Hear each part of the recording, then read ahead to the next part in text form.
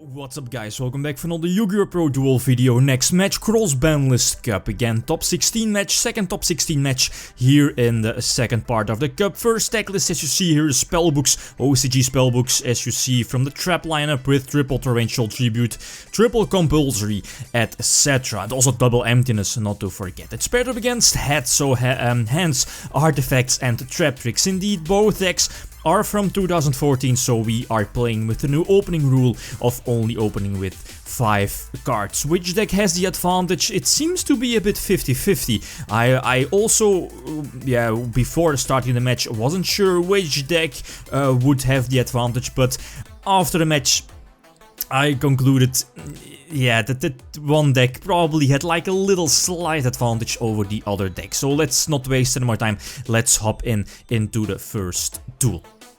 Alright, first game. I think I get to start, so I have okay, I can set up first, right? It's kinda crucial, same for Spellbooks.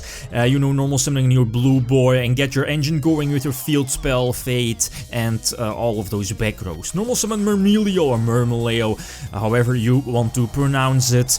But the biggest disadvantage of at least of H.A.T, is that you are main decking, or the H.A.T deck list is main decking a couple of most of the time dead cards against Spellbooks, like the, I believe, one Blackhorn, and the Traptrix Nightmare Trapple is also not too great, especially if you search it out of your, from your Mermeleo, since then your opponent knows that you have the Traptrix Nightmare Trapple set, so they are obviously not going to activate the special summoned monster during the same turn it's summoned.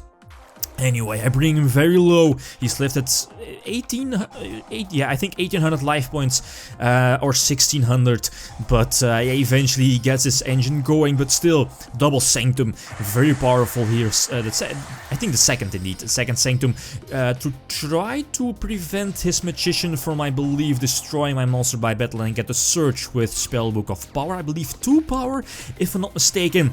But again, one of his Torrential can equalize the playing field. Normal summon Ionia tried to pop one of his back rows, and maybe I should have picked a new set, but of course it's much more easy to talk afterwards, right? So hit the second Torrential Tribute, he indeed had to set. You should know that I have the Bottomless, right? I think I searched out it. I think I searched it out earlier here in the duel with my Mermelio, but he does compulse his Justice. He's not going to surge during the end phase, since it's at least he's very low on life points, and I do declare a direct attack here with Fire Hand. He does flip Emptiness, not really sure why. He probably thought that the game was already over, but his Crescent, I believe in him, is not going to save him. So H.A.T leading 1-0. Second duel, the opponent again has the advantage. He wants to start, right? He wants to get his engine going, especially with a field spell, netting you the extra draw, the extra +1 every semi phase, is it, I think. Anyway, so normal summon Ice Hand, the live Ice Hand, of course, here with him having a double back row, but there is a +1 again, and not really, I think that the Blackhorn set indeed. Blackhorn is, I think, pretty much useless against Spellbooks, right? Not really sure what the other cards are. I believe a Call of the Haunted, Call of the Haunted, and the, I'm not really sure. Drawn to Wiretap, and again, that Moral Tech sitting nice dead. Yeah, it's a Moral Tech, I believe, in my Spell and Trap card, so anyway, deal some damage with Mermelio. My trap lineup is kinda average. The Wiretap is okay. Spellbooks, you know, Emptiness, triple Torrential, triple Compulse, so immediately Bottomless his Priestess, but I think we saw from the drop here of Priestess that he did have, I believe, double Wisdom. He revealed double Wisdom, so we knew he was going to chain the Wisdom to the Bottomless Trapple, but yeah, I think I had to activate it, right? So I believe he gets some searches eventually with his Spellbook of Power search. I do end phase Call of the Haunted to try to pop one of the freshly set cards. He reveals the Emptiness. I think I'm forced to Wiretap, but again, my setup is very weak. Draw into Warning, that's not too great. Still, he has his Priestess, and he's playing it out really well. Priestess not popping any back row. You don't want to hit like a Moral Tag, right? Especially since I'm not activating any of my back row traps. Well, now with a warning that is, but he can somewhat, see that my two back rows are kinda dead, right? Yeah, double upstart, again giving the opponent 2k, 3 life points, duality, and I believe the Ice Hand, which I'm going to set. Maybe Sanctum was a better option, not really sure if I still have artifact targets in my deck. I think so, I think 1. So yeah, maybe the Sanctum would have been the better choice, since I think we knew he had the Fate searched earlier. But then again, he had a lot of advantage, also thanks to his field spell setup. So third duel, very exciting match. Anyway, so normal summon Myrmilio indeed, get a search for back rows. That's okay, not really, I think the 2 Traptrix Trapple, I believe, so again, not really too great. First go for the damage, and then during main phase 2, I think I have to normal summon another Myrmilio.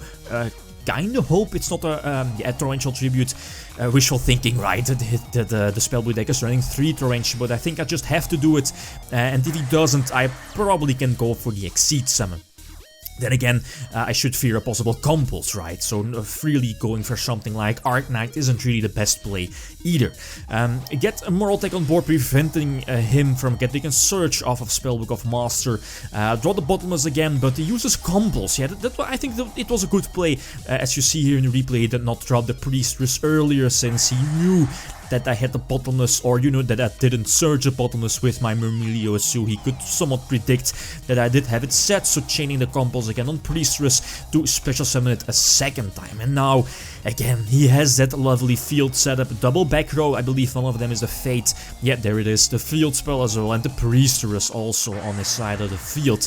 And you know, Blackhorn is dead. Torrential Tribute is, I think, the only live card here, with the Nightmare Trap. Well, again, another Moral Tech, I believe, so it's not looking too great. There is another Blue Boy. I think I have to activate Torrential Tribute to again force out a possible Wisdom, since we knew, I think he had Wisdom, or I believe he searched it out during his turn, so again, a good play on his part. Finally one of the hands, but it seems a bit too late, and again, Fate, Spellbook of Fate, such a great answer to the hands. Then again, having the hands or having access to the hands could be a problem against spellbooks. You know, they can't just activate Spellbook of Power to attack over the hands. Well, depending if it's Ice Hand, right, and they don't have any back row to destroy, but yeah, nothing I can do about that. So again, one of the better matches, grindy, going back and forth. Very nice match here. So Spellbooks, they do win here over H.A.T, so they move along, at least they move on